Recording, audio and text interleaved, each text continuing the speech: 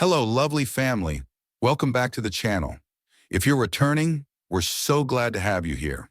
And if you're new, you're just in time because today we're diving into part 2 of one of the most chilling and gripping stories we've ever told. But first, a quick recap of part 1.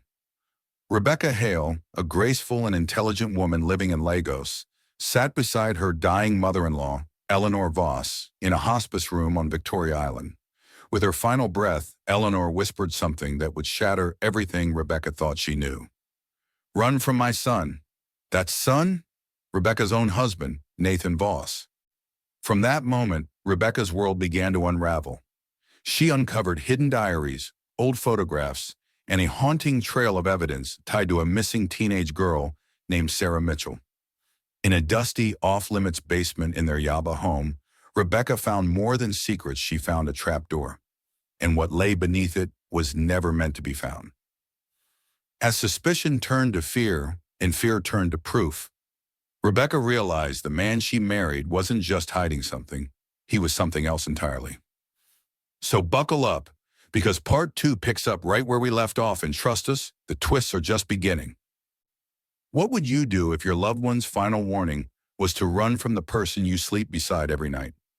Don't forget to like, subscribe, and turn on post notifications so you never miss a moment of the suspense. Now, let's continue the story. Rebecca's fight for the truth and for her life has only just begun. That night, Rebecca checked into a hotel on the outskirts of town under a different name. She paid cash, turned off her phone, and sent Nathan a text from a burner. "Staying at Kate's, girls' night, don't wait up," he responded with a laughing emoji. But Rebecca didn't laugh. She didn't sleep either. She was no longer living with a man. She was hiding from a predator. The morning air outside the hotel window was strangely still. Rebecca sat by the small desk, bag packed, flash drive, and letter in hand. Her plan was simple: head back to Terrell's office, deliver the remaining evidence, then vanish.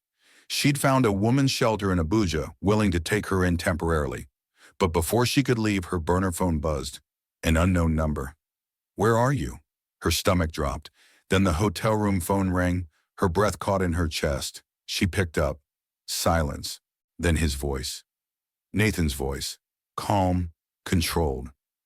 "Rebecca." Her knees buckled. "How did you—" she started, but he interrupted.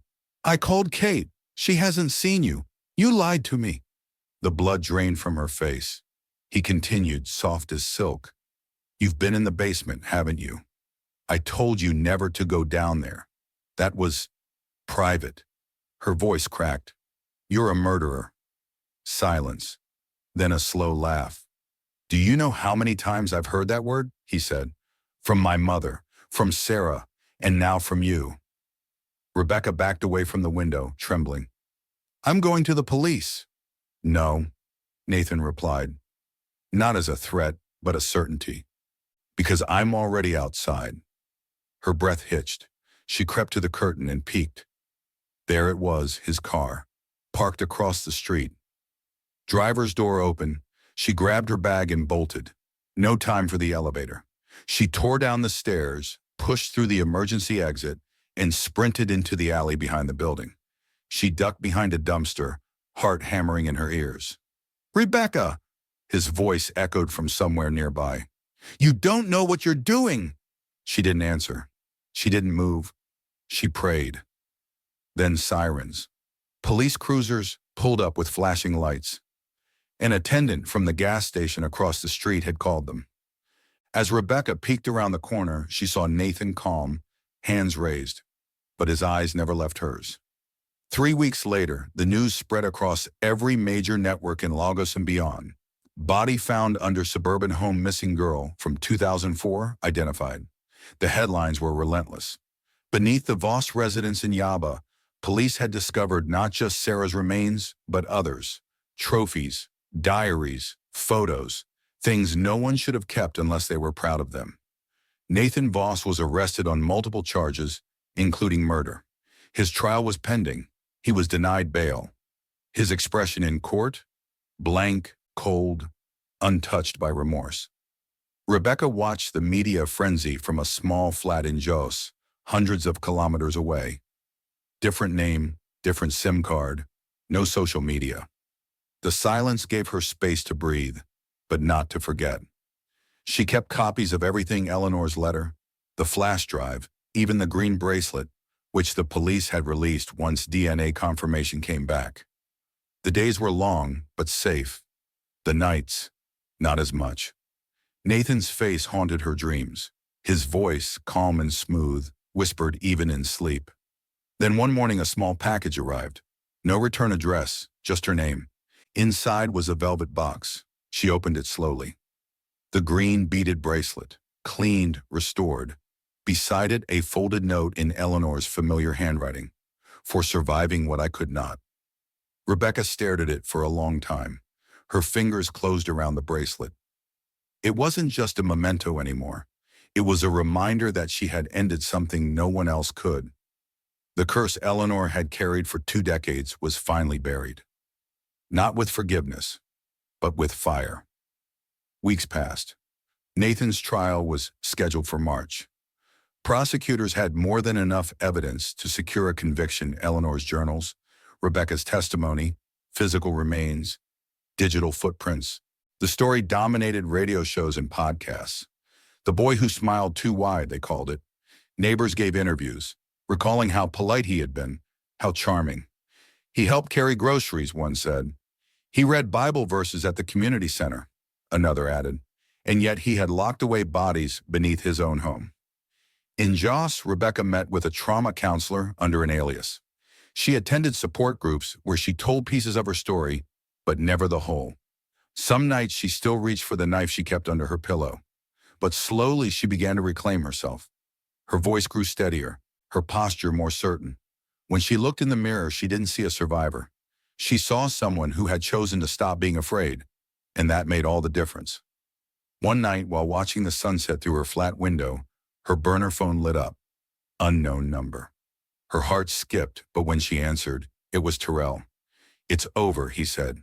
"The prosecution has requested the death penalty. You did the right thing." She didn't cry. She didn't celebrate. She simply whispered, "Thank you." As the sun disappeared behind the plateau hills, Rebecca finally allowed herself to breathe. Not because justice had been served, but because Eleanor's warning hadn't been in vain. The city of Jos was quiet that morning, the streets misty and gray. Rebecca walked to the corner cafe, ordered tea, and sat by the window with a novel she had barely touched in weeks. Her phone buzzed again. Another unknown number. She hesitated, then picked up. It was a woman's voice this time. "Rebecca Hale?" The voice was soft, uncertain. "I think we may have something in common." The woman introduced herself as Alice Walker. Her niece had vanished years ago after dating a boy named Nathan. Her case was never reopened until now. Rebecca listened, stunned. Sarah Mitchell wasn't the only one. Eleanor had suspected as much. So had Terrell, but to hear it confirmed from someone else shook her. They spoke for an hour, exchanged details. Alice thanked her. "Because of you, we might finally get closure," she said. Rebecca hung up and stared out the window. She'd exposed one monster, but there might be more. Not just Nathan, people who protected him, people who believed his charm over the cries of his victims. Rebecca didn't know what came next, but she wasn't afraid of him anymore. Not of Nathan, not of the past. She walked home under the rising sun, the green bracelet wrapped around her wrists like armor. In her chest, where fear used to live, there was something new. A fire. Eleanor had given her one final gift, not just a warning, but a chance. And Rebecca had done what the others could not. She ran, she survived, and now, finally, she would never run again. What's your take on this chilling, true-life-inspired story? Do you think Rebecca made the right choices, or would you have done something differently? Let us know your thoughts in the comments below. We'd love to hear from you. If you enjoyed this story, please give it a like, subscribe for more gripping tales, and don't forget to share it with friends or family who love suspense. Turn on notifications so you never miss a new story drop.